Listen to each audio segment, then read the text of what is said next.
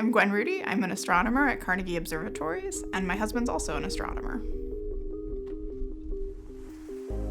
It's really convenient and really awesome to be married to another astronomer.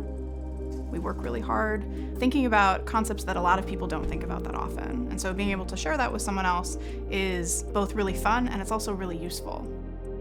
If I'm really puzzled about something, or Drew's really puzzled about something, we'll talk about it. If we need a new strategy for a way to come up with some new observations or something, we'll brainstorm together. So I really started loving astronomy because I loved math and I also really loved physics. When I was looking around at sort of the types of physics that you can study, I thought that some of the most interesting open questions that existed in physics were actually astronomy questions. I'm an observational astronomer. The galaxies that I'm interested in studying are extremely distant, and so even though they are intrinsically very, very bright, by the time the light reaches us, it's incredibly faint, and so I need the largest telescopes that we have on the planet in order to be able to study these really distant, tiny little specks.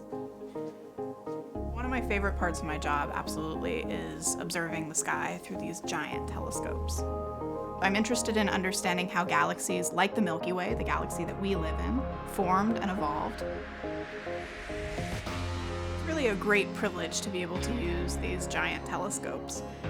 I always think of the photons, the light that hits our telescopes, as being sort of the lucky photons. They've been traveling to us in many cases for 10 billion years, and they hit one of our mirrors, get caught in our instruments.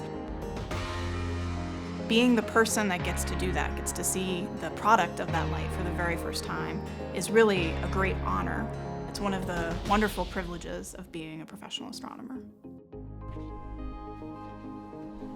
It's really hard because most things in astronomy change over timescales that are measured in billions of years.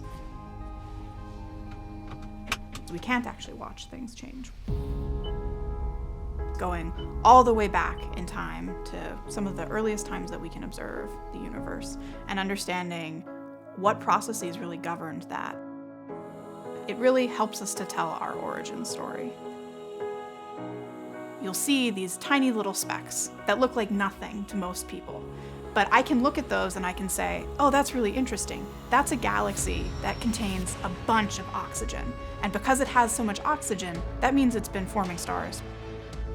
The entire field of astronomy is kind of like a giant puzzle. And we don't really know yet even what all the pieces are, where the pieces might be. And what I hope is that the work that I do manages to sort of find and uncover a handful of these pieces that we can put together into the larger puzzle to really understand both the cosmos in general and also our place in it.